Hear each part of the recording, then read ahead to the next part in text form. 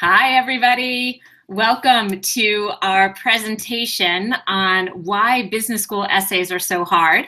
I'm from MBA Mission. My name is Liza Wheel. I'm a senior consultant with the team, and I'm really excited to be here with GMAT Club.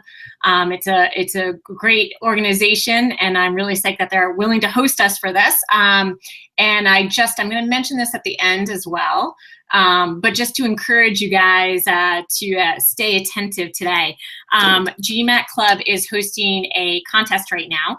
And the contest is they are selecting some winners for free GMAT practice tests. To enter into this contest, what I ask of you is that you like the video, you post a comment or a question, whatever's on your mind, and then click on the link in the description. So let me just very quickly introduce myself, then I'm going to jump over to the presentation because I think that's really what you guys are here for. So I mentioned my name is Liza Wheel. Just to give you a little bit of background about me, I have been with MBA Mission. This is my 5th year, which is kind of crazy to me because I've always been someone who gets a 3-year itch after 3 years in a certain job.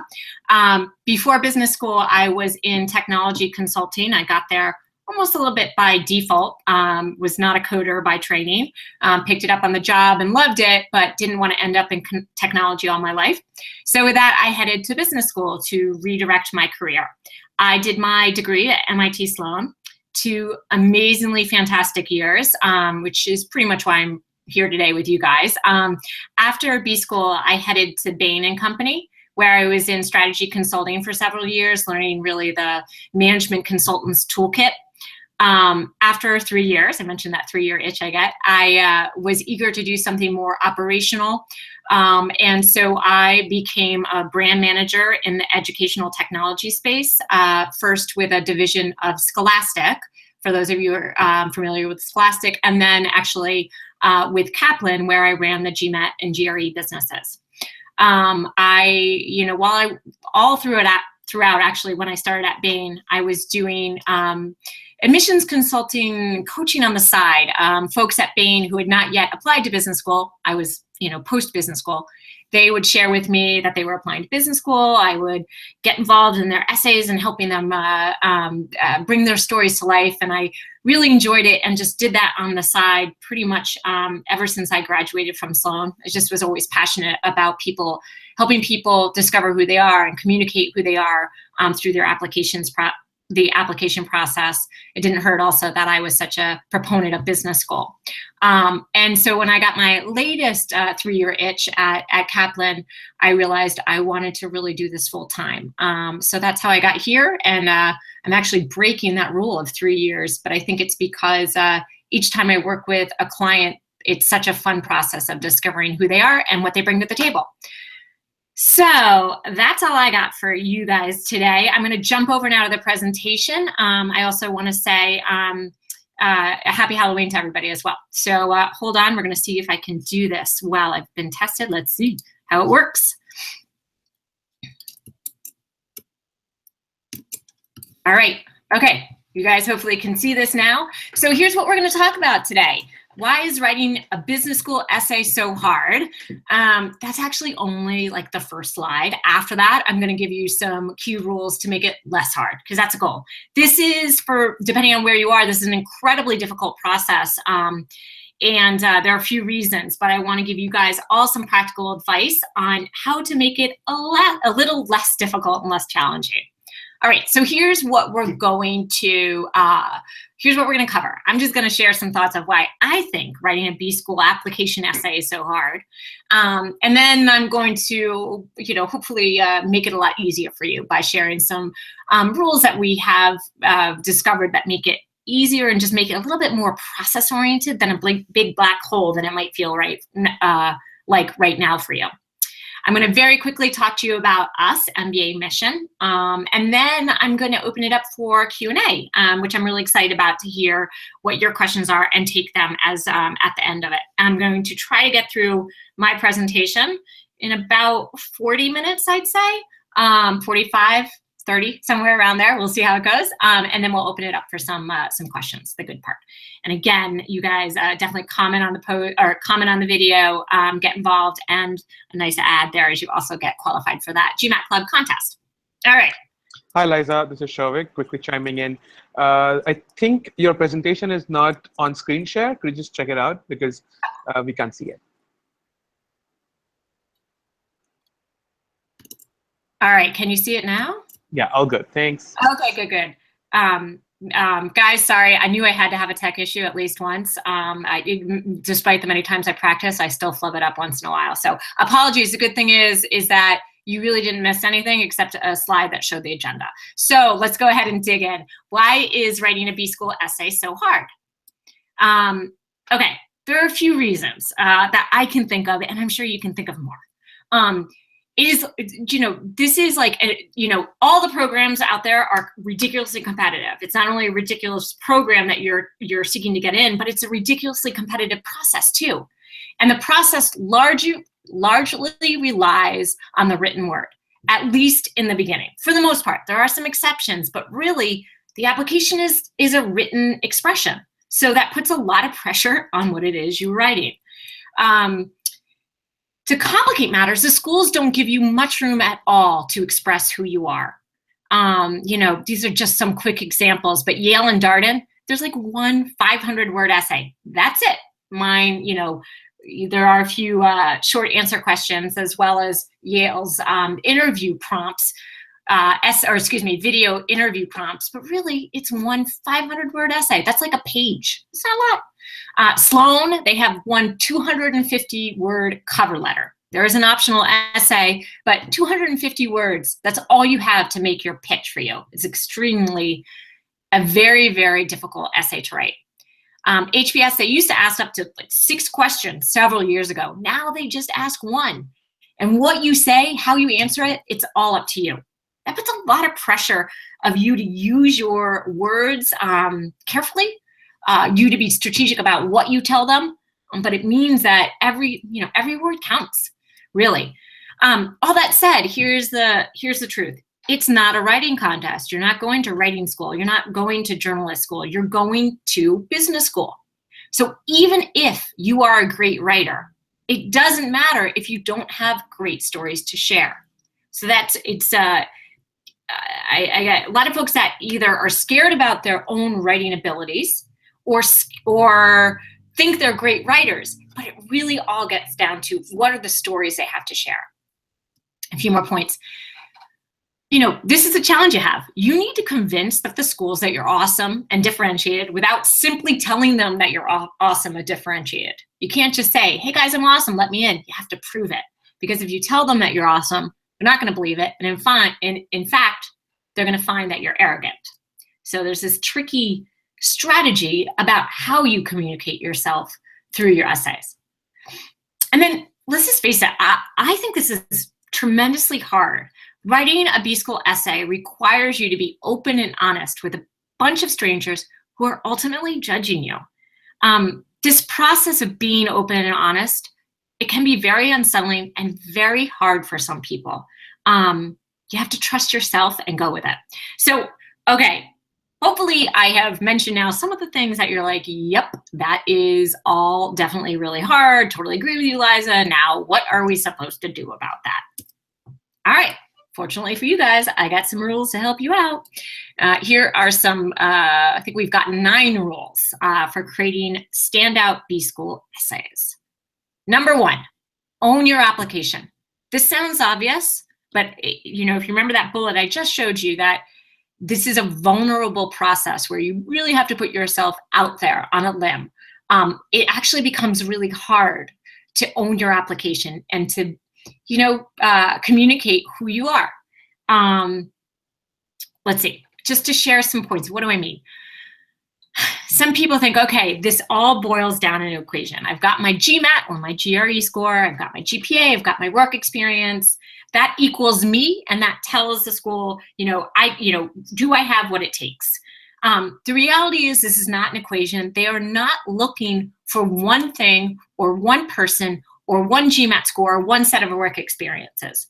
These schools are ultimately developing and building a class from which you can learn and all your peers who are in that class can learn.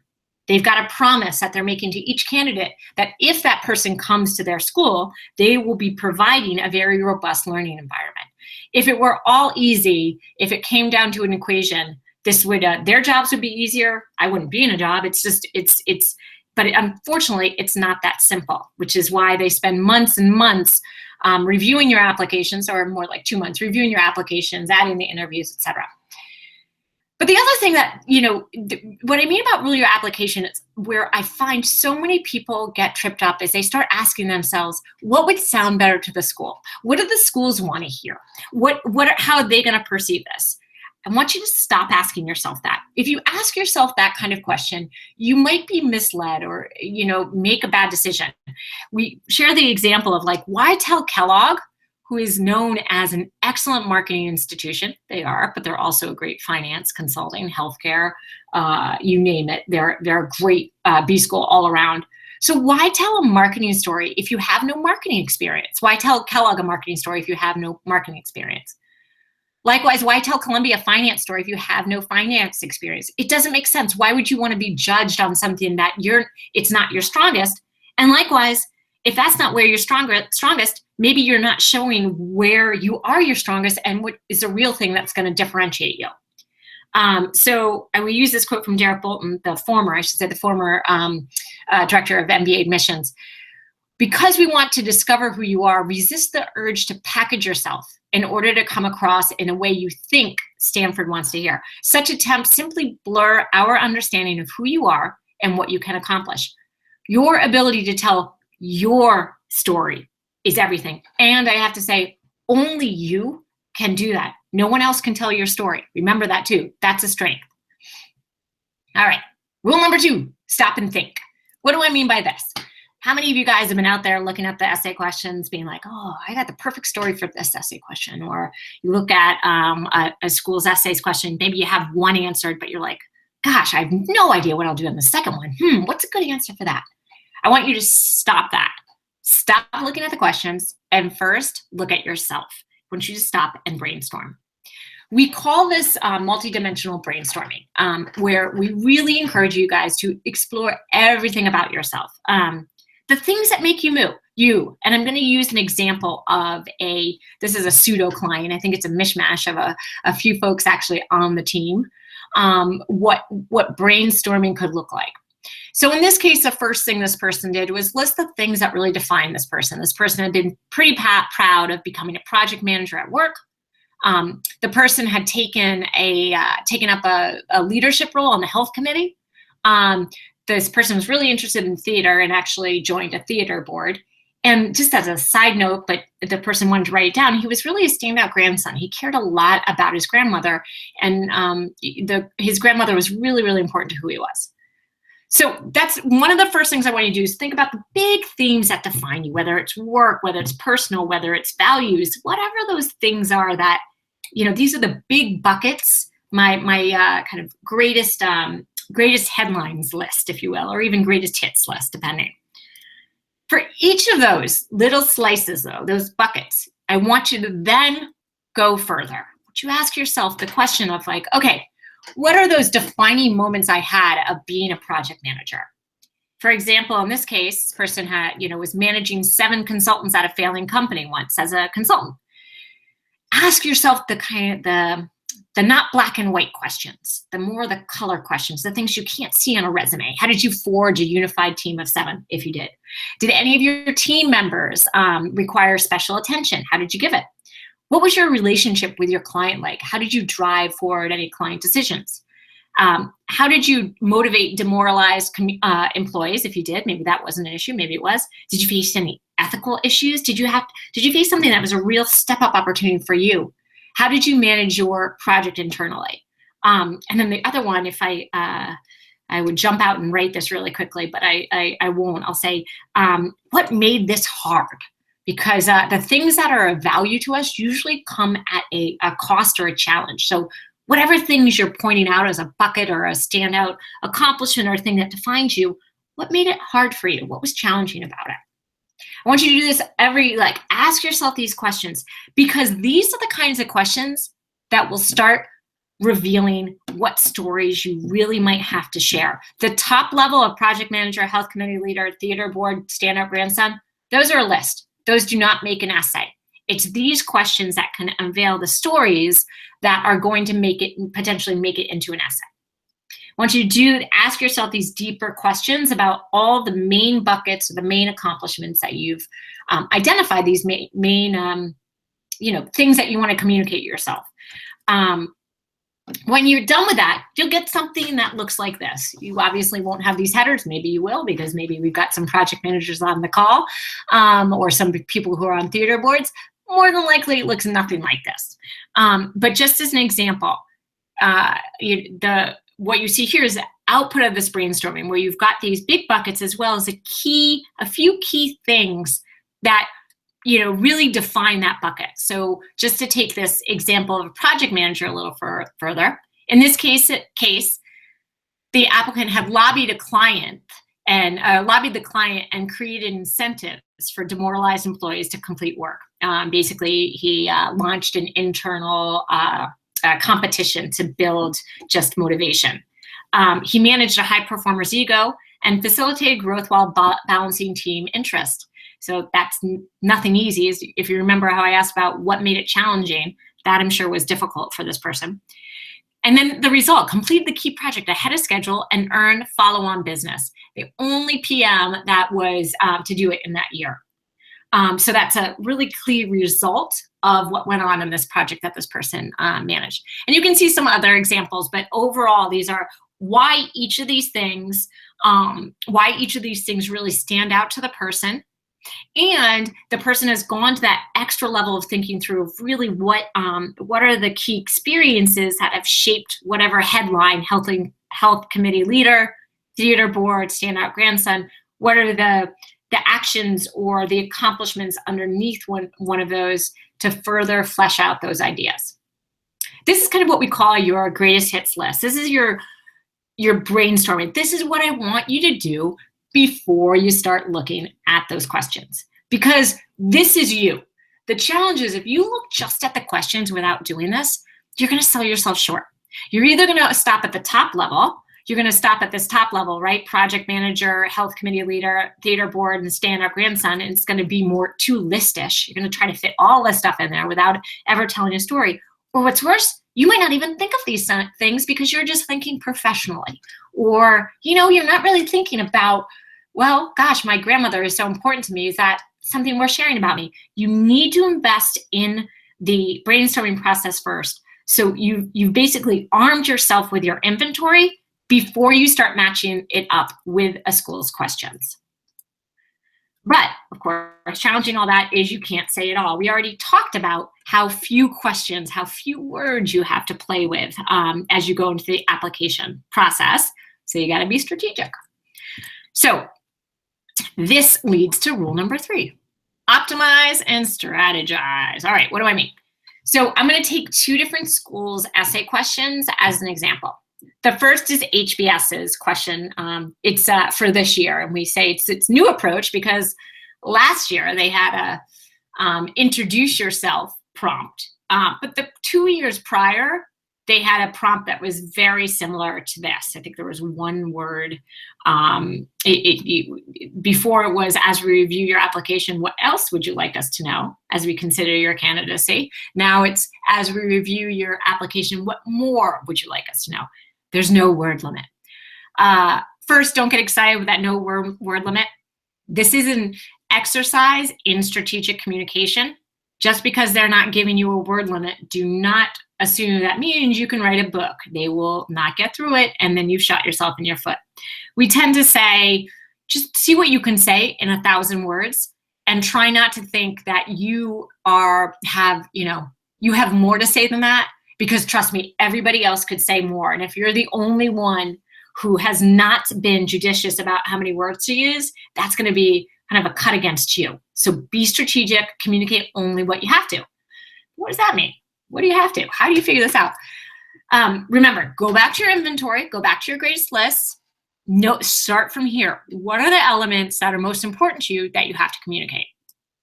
Then I'm going to share 3 different approaches. These approaches are especially useful for schools like HBS, like Booth, to a certain degree, MIT Sloan's cover letter. It's a much shorter version of this, but the same approaches can work, where you're trying to use one essay to encapsulate who you are. This is not the approach you use for Yale or Darden, though they have one question, they're very specific questions. These are the more open-ended, sell yourself however you think you might need to. There are 3 potential approaches that, and I'm sure there are more, but these are 3 ways that you can think about getting started. The first is to use the thematic approach. Thematic might be, in the case of the person we just saw, he is constantly looking for ways to build morale. So what it means is you look at the experiences that you've brainstormed and think about what themes bubble up. Forget about the details of the story. What theme bubbles up? And in his case, he lobbied the client and created incentives. He conducted a wellness retreat with another firm. He created weekly yoga lessons. He navigated a difficult board dynamic and achieved harmony. And he, again, his mother or his grandmother, when she was ill, and she could not travel alone, he traveled to Hungary with her for 1 week. You can't write lists to show this. You have to go into share the stories. But one way to tackle this essay is to introduce this idea of how a constant in your life has been building morale. And then you can share these different stories that give proof of that theme that you're sharing with the school. Another might be to go really deep into a single individual accomplishment, and that this accomplishment serves as a window into a macro approach to life, or maybe a really important pivot. It can express values or a unique life experience via narrative without trying too hard. So, for example, perhaps this person goes really deep into the trip that he planned for his grandmother to Hungary.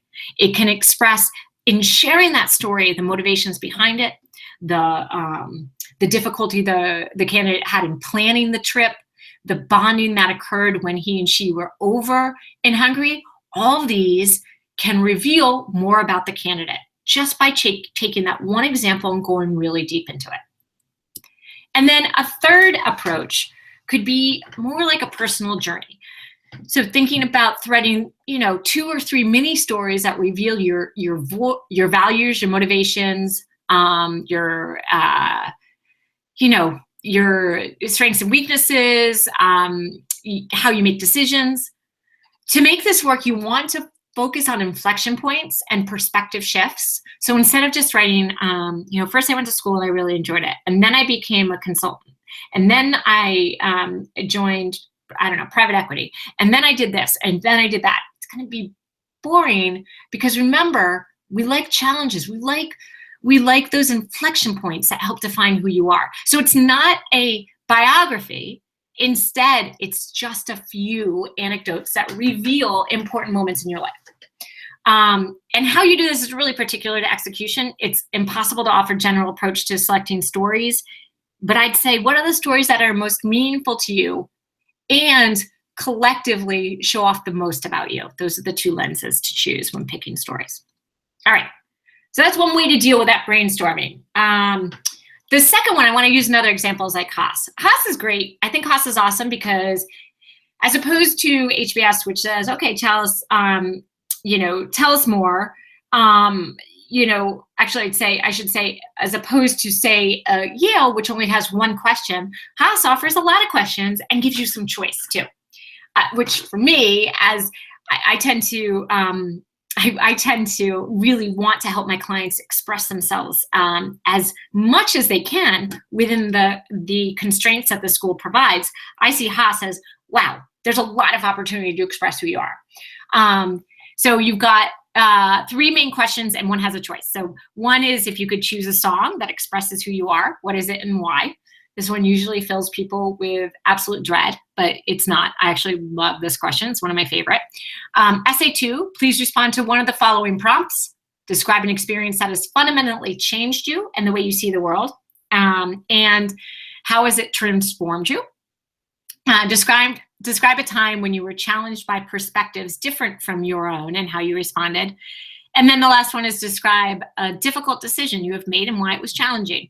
And then the last required one is tell us about your career plans. How has your past experience prepared you to achieve these goals? And how will Berkeley Haas help you?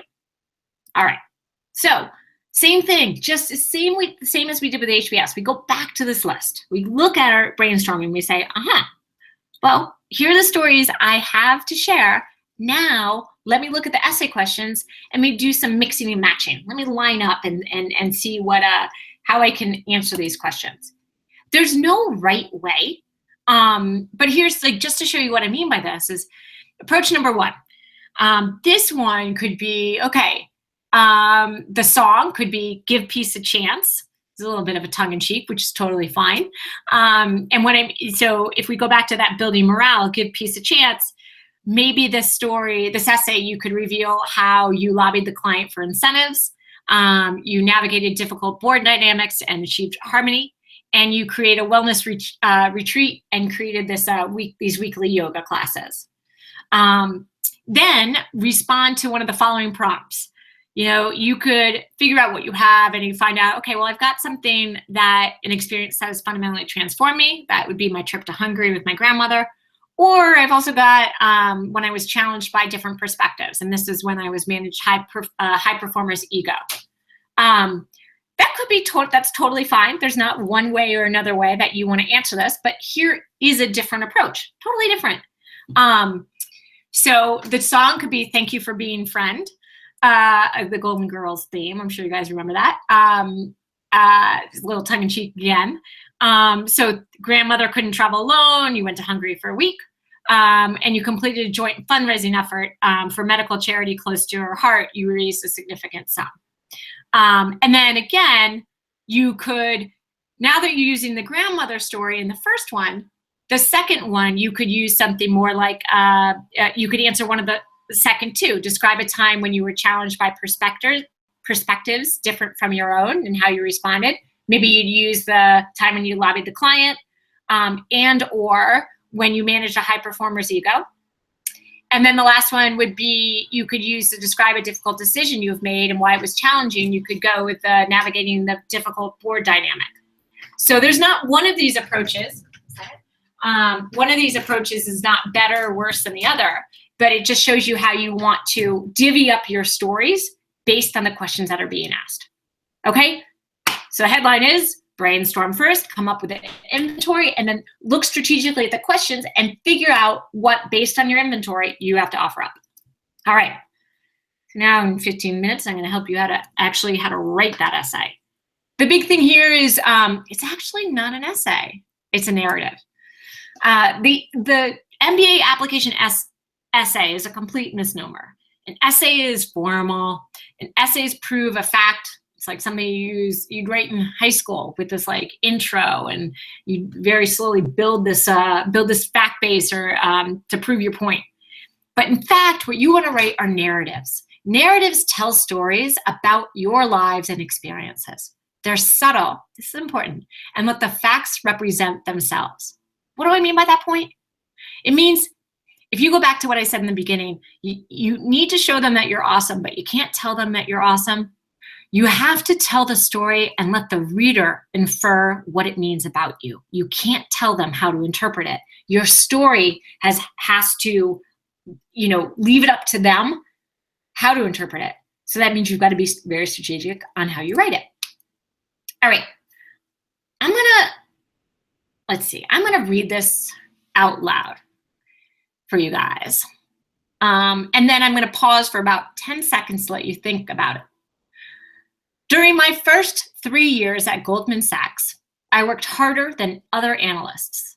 I quickly proved my analytical skills and dedication, so I was asked to mentor junior analysts and was then placed on some of the biggest projects in the company's history. I helped close the $500 billion purchase of MBA Inc. by Mission.Inc. And led 3 analysts on the $600 billion purchase of Manhattan Inc. by GMAT Inc. I found myself gaining the respect and attention of analysts, associates, and even managing directors. Further, I had worked on international deals, which carried cachet internally.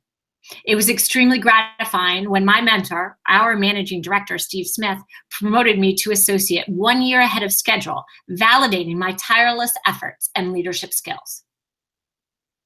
Okay, I'm gonna give you 1 or 2 just seconds to contemplate. In your mind, I want you to answer what you liked about this essay, and then I want you, or this little opening paragraph, and what you didn't. Go ahead and just take a few minutes and ultimately think about whether or not you like this author.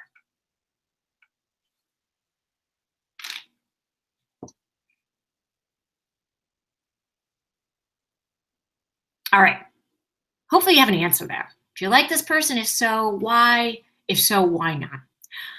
I'm not gonna comment on this. I'm gonna contrast this with something else first, another reading exercise. I'm gonna read you something a little different. On my first day at Goldman Sachs, my managing director, Steve Smith, informed me, I don't have an open door policy, I have a no door policy. So I would frequently walk into his office, often at 3 or 4 a.m. with a question, only to be encouraged to ask more. After 6 months, I barely visited Steve, but soon found junior analysts at my door saying, Steve said that you were the right person to ask. Then Steve personally requested that I join the deal team on the $500 billion purchase of MBA Inc. by Mission Inc., and asked that I lead a team of 3 analysts on the $600 billion purchase of Manhattan Inc. by GMAT Inc. After a grueling 6 months of meetings with the GMAT CFO in Argentina and Mission CFO in Mexico, both deals closed on the same day, and Steve personally championed my early promotion to associate. I'm gonna pause and let you guys think about what's different about this. Is this more likable or less likable? We could talk more about this at the end, but I will say this second one, I definitely like this guy more. And I'm gonna just point out a few things. There's so many things that I could point out about this. We've taught a course in the past and many boot camp in the past based on these slides alone. So just a few things. Here are some of the things that are wrong with the first thing. I worked harder than other analysts. That's a tell. What does it mean to work harder? And who cares if you worked harder? It doesn't matter. So when you guys are looking at your essays, I don't want any of you to write, I worked really hard on this, or I worked harder than other analysts. It kind of sounds arrogant and kind of jerky, right? Like, I worked harder than everybody else. Like, okay, but I've worked really hard too, so what's the big deal? I quickly proved my analytical skills and dedication. Remember how I said you want the reader to infer that you're awesome? You don't want to tell them that you're awesome? That's a tell. I quickly proved my analytical and dedication. And then the other thing here is that each of the essay sentences are all like, I did this, I did that, I was asked this, I did this. From a statistic or, even just what's the word I'm looking for? Aesthetics, it's not quite as pleasing as this. This is, even though they're talking about, this person's talking about him or herself, here she's starting with this, my managing director said I have an open door policy, or I don't have an open door policy, I have a no door policy, so come on in. So then I would frequently walk into his office, often at 3 or 4 a.m. with a question, only to be encouraged to ask even more. There are a few things going on here. Number one, we are inferring that we are able to infer that the person worked really hard. We can also infer a little bit of humility, right? Because this person's not saying like, I knew everything right from the beginning. This person's saying I had to ask a lot of questions.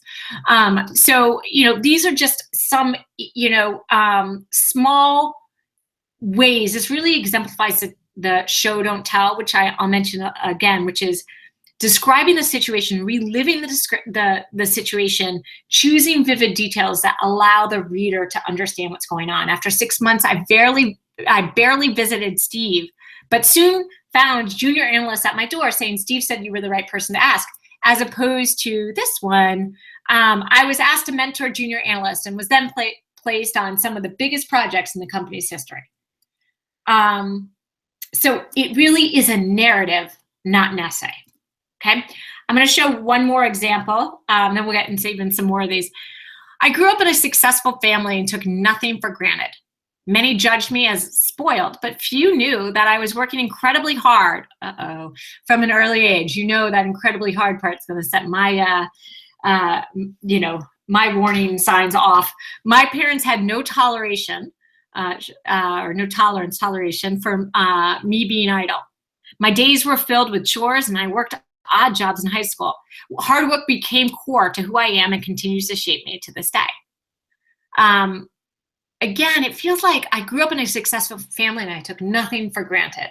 Okay, but it feels same things. I worked incredibly hard from an early age.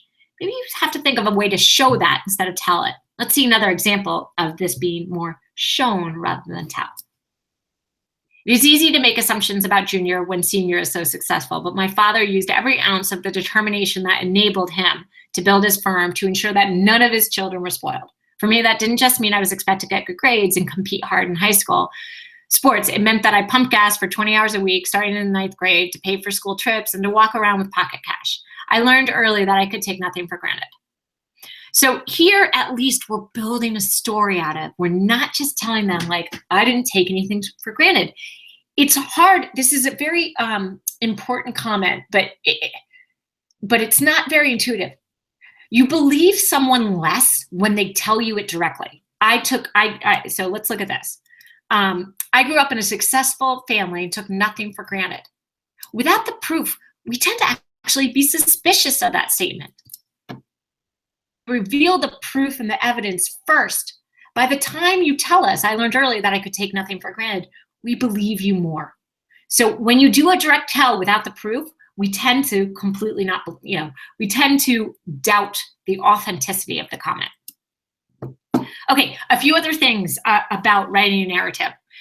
You want to use the first person perspective. You're not writing a treatise on something else. You're telling them a story about you. You do want to reveal humility. Simplicity matters. Do not worry about you not being a great writer. I'm going to show you some examples of that in just a few. This is not a essay writing contest. It's an opportunity to reveal who you are. Keep the writing easy. Think of your reader, and then show, don't tell, which I think I showed by the examples. Another rule: grab and hold their attention. How do you do this? Grab their attention. You do that right from the get-go. The opening line is really valuable and important. There are a number of different ways to start an essay, and here are just some quick examples. One is straightforward. After 5 months of hard work, my startup gelato concept shut down and I lost my life savings. There's the kind of launching in. When I left McKinsey to start Fresh-tastic Gelato, my mentor questioned my sanity, and my mother literally cried. Before I had even handed in my security tag, I was elbow deep in gelato. I washed my hands and lunged for the phone, where you're really jumping right into a certain moment. Inverted. 1-quart tubs line the refrigerator shelves. As the sun blazed, customers lined up for 2 city blocks. Still, the bankers were lining up as well. Are these equally effective? I'll ask. I tend to like the last 3. You might feel more comfortable in something more straightforward. But what's my concern, do you think, about that straightforward one? Look at the headline: grab and hold their attention. After 5 months of hard work, my startup gelato concept shut down and I lost my life savings. Have you just told them what the rest of the essay is about, that you shut it down, you lost your entire savings in that first sentence? If you are, you're not holding their attention. However, it could work depending on what the overall question is. Maybe that's it, and the rest of the essay is all about how you rebuilt yourself. Then the straightforward approach could work. One quick thing, as you can see, never are we saying, the time when I committed myself most fully to something was when I started this, or the significant accomplishment of which I'm most proud of was XYZ. No need to repeat the question in the first sentence, or really at all in the essay. Okay? Just a few more things. Conflict is good.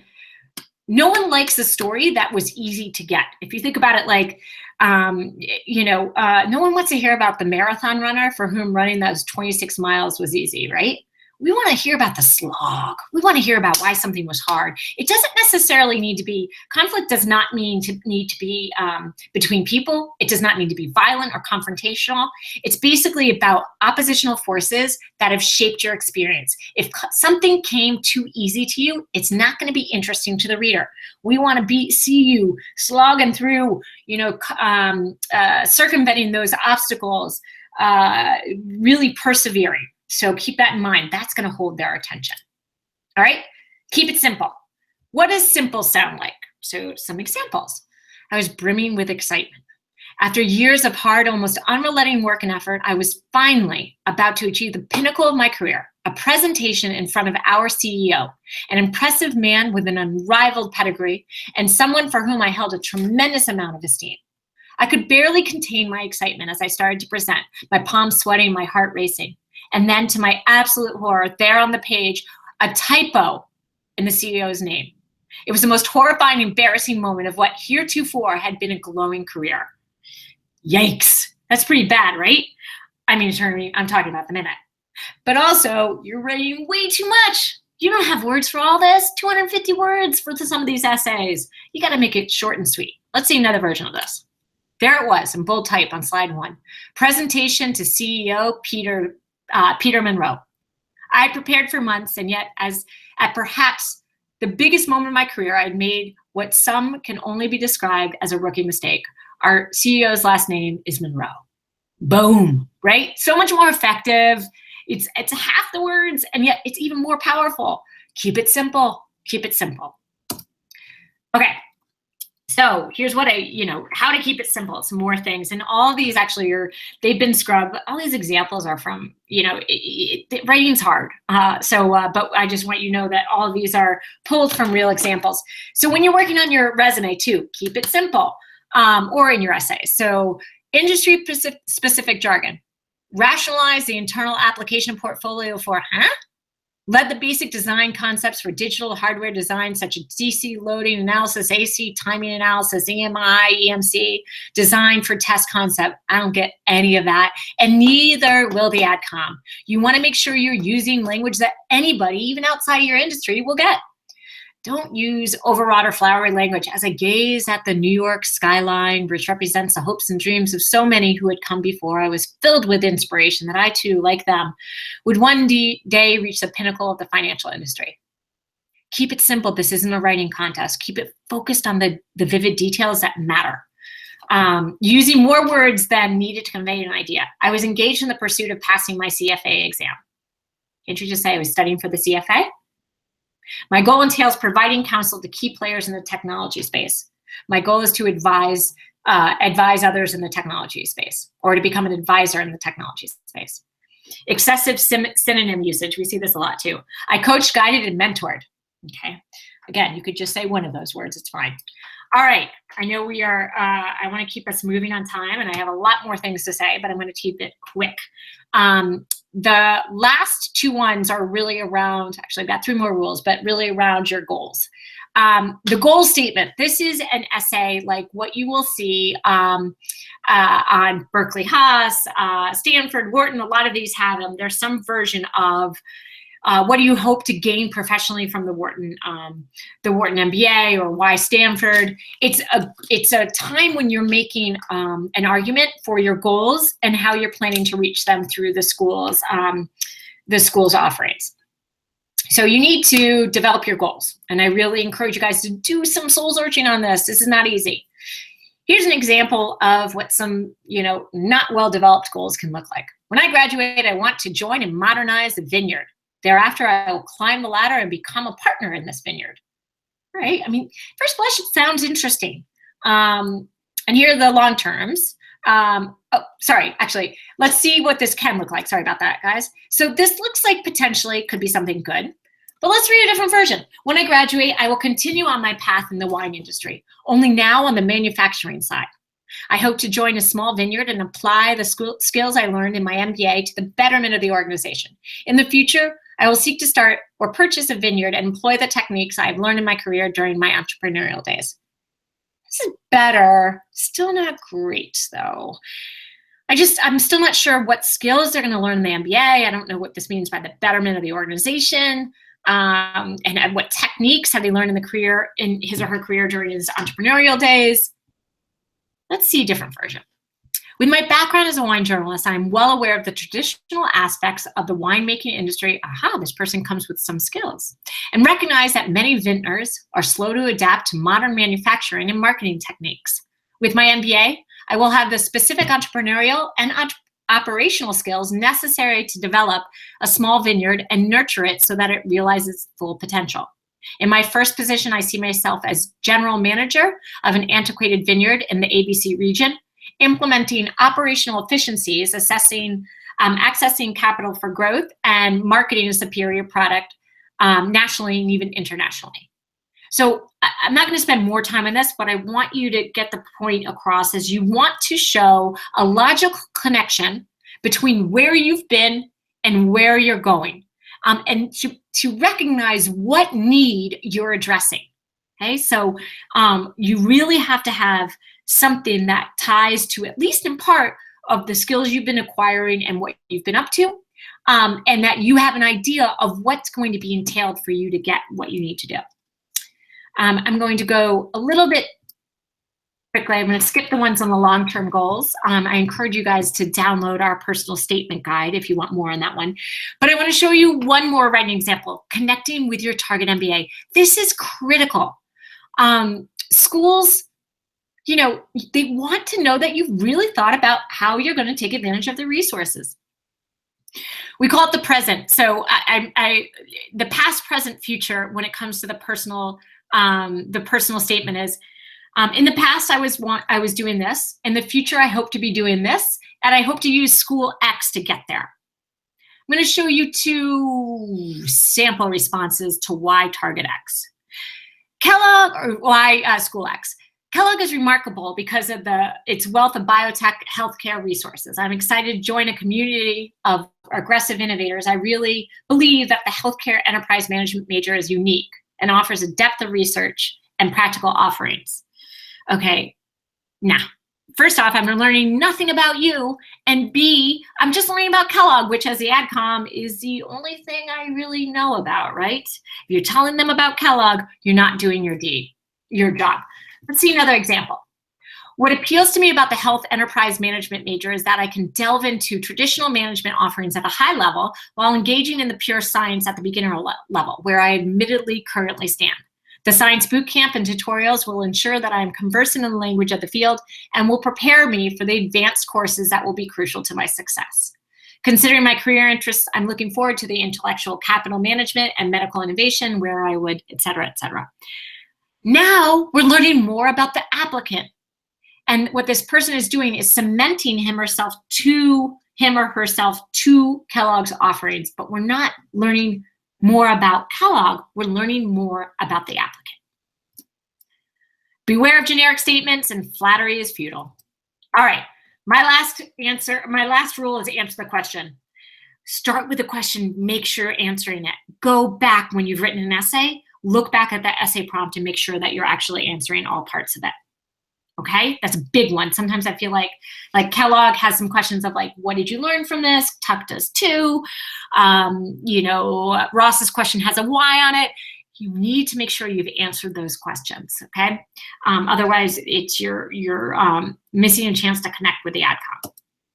All right, guys, that's the fast skinny of how to write standout essays. Very quickly, just who are we? MBA Mission, as I mentioned at the beginning, that's who I've got the distinct pleasure of working with for the past several years. We're the only admissions consulting firm out there with full-time consultants. We do this 24/7, 52 weeks a year. It's our passion. We're uber committed to this, which you can probably gather from even just this presentation. And again, we're super psyched to be here. We have been a longtime partner of GMAT Club, and Again, we're just excited that they invited us here today. There's tons of opportunities to try us. What I want to urge you guys to do are pretty much like, well, visit our website. We've got tons of free resources, including our insider's guides for all the top schools. We've got career primers, so if you're doing research on your career and you don't know what's next, check them out. But most of all, I would just encourage you guys all to sign up for a free consultation with us, with me or one of my peers. Just if you want to chat with me, put me in the form, sign up with one of my amazing peers. You can't go wrong. It's 30 minutes to talk strategy with you individually. Got a number of services. I don't want to spend too much time on this, but we partner with you at every step of the way. Right now, I'm doing tons of mock interviews for my round 1 clients, while I'm also partnering with my round 2 clients to work on their essays and helping them to start thinking about their stories. So take a peek if you are at any point in the process. My peers are crazy sick. I'm impressed with each and every one of them. And here's just a little bit of a slide of, from former folks at the NHL to, Monica, who was a co-writer of 65 successful HBS school applications. You're in great hands. All right, enough of that. I want to flip back over to the webcam. We're going to see if I can do this. And I'm going to take some questions. Wait a sec. Oops. There I am. Hopefully I'm there. Great. Okay, guys. So I'm going to take some questions. Thanks so much for chiming in with them. And again, as a reminder, if you haven't had a chance yet, or if you joined a few minutes late, do remember GMAT Club is offering a great contest right now of some GMAT practice tests. What you need to do to get involved in this contest is go ahead and like today's presentation, add a comment on it, and check out the link for more details. But that's easy ways just to go ahead and like it and add a comment, and I appreciate that too. All right, so we got some questions. The first is, how would you rate a feedback essay, Kellogg or Darden? It's a great question. So I think Darden's is, what's the most important piece of feedback you've gotten, something like that. Kellogg's isn't quite a feedback question. There is ways that you've grown in the past. You could use it as a feedback one, but Darden certainly is. The big thing to do is, you want to be honest. That's what we want to be honest. There's nothing off limits. You've been growing your entire career. You will continue to do so. So it's okay to say, to admit a time when you got, quote, constructive feedback.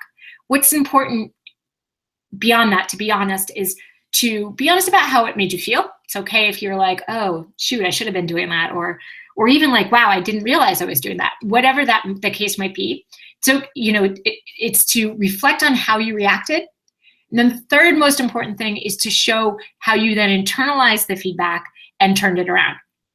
So whatever actions you took in place to make sure that that was no longer a problem, it was a growth opportunity for you as opposed to a time for constructive feedback.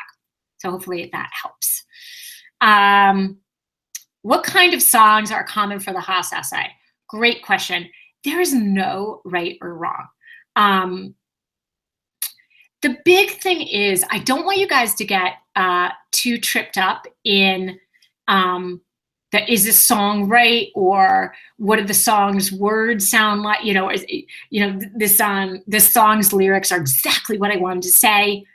Start with you. Nothing changes. Start with you and think about what you want to convey about yourself. Then figure out the song. That's usually how I approach it, unless you might have a song that, for whatever reason, is really part of who you are. It's a song that you listen to, every day on long runs or before big presentations, or it's a song that resonates with you, or it's your go-to song for one reason or another. So that could be the other angle. Start with a song that, for whatever reason, it's just something you've always gravitated towards, and share why it's inspiring to you. In either way you do it, it's the stories that you reveal about yourself that are much more important than the song you choose. I share this example, so please don't use this, obviously, because I share this example because I had a client a few years ago who chose that Since You've Been Gone by Kelly Clarkson. Since You've Been Gone. I can't sing. You know it, like total like kind of teeny bopper-ish music, or not teeny bopper, but not something that you would think of as a B-school essay. It totally worked. And in fact, it wasn't about like a breakup or anything. It was a rallying song that she and her sports team in college used to like, you know, totally psych themselves up before every tournament. So, you know, then it went into how it was a little bit of a turnaround story and how the team had developed over time. That's just so the Since You've Been Gone by Kelly Clarkson is totally the backdrop to the story that you're telling. Okay, so there's no songs that are popular or not popular. Nothing's off limits. It's all about what you're going to communicate about you. Hopefully that helps. All right, not an essay question. Where's this one? Sorry, not an essay. Okay. How much detail would you post in the work experience section in the application? 2, 3 sentences or full job description? So what I usually say about the work experience, you need to rely on your resume for a lot. So it's not worth it to just describe to them what you've done or list some responsibilities. What you do need to do is connect whatever you decide to share. You need to connect where your goals are with where you've been. So that might be sharing an accomplishment that you know, represented the pinnacle of your career. Not to, I feel like I've said that word 3 times in this presentation, but like, you know, you got to the best of your career. Now you want to reorient your career. Or maybe you're sharing about an accomplishment that revealed how, you know, that was a little bit related to what you wanted to do, but in the experience of working through that accomplishment, you realize you want to do that full time, hence why you're now pursuing an MBA. Or if it's a big change, you might reflect on the skills that you've acquired through your last job that are still relevant to this new career goal that you're having. So it really depends on, in general, as a very loose rule of thumb, I tend to say for a career essay, so a Columbia, Stern, Stanford, Wharton, Tuck, any of these that ask what your goals are and why an MBA, I tend to say a third, a third, a third. A third on the future, a third on the past, and a third on the school that's going to get you there. That's just a loose, very loose. You might have 25% on the past, you might have 50% on the past, but that's just a rule of thumb. But whatever you share about your past, it's got to be relevant and somehow to where you're going and why you have the need for the MBA. Okay? All right. How to tackle the dilemma of writing a personal narrative. So I think what you mean by that is like, how do you get started? We talked a little bit about how what you want to do is use your inventory of stories and then place those stories to, you know, to the different essay prompts. But I agree then, like how you actually get started, it's a little tough. Remember that you're writing a narrative. Remember that stories have a beginning, a middle, and an end, and that you need to decide how much of, you know, I'll just take the marathon example again. Do not write about a marathon example. Everybody knows how the story ends, and despite it being unique to you, it's not a unique story. So that's why I use it a lot, because I know you guys now won't use it. You could start the marathon story with the training. The training was brutal. You've never run before in your life, but you got through the training, and by the race, you're actually there. And then you cross the finish line, everybody's happy. Or you could go much more narrow and only focus on those 26 miles.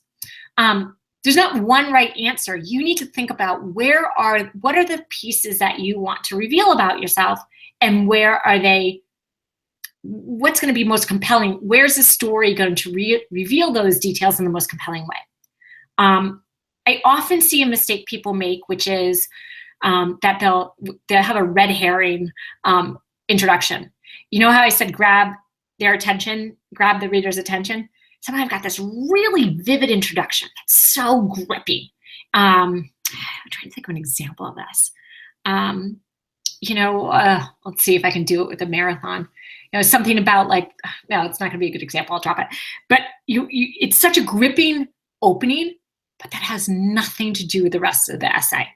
The person has chosen it because it sounds really cool. You know, sometimes it's this reflection or this instinct to go for really flowery language, like, you know, I couldn't believe it. I was there in the client's boardroom, and 2 minutes later, I was then talking to my manager, and it's way, way too descriptive, and it has nothing to do with the rest of the essay.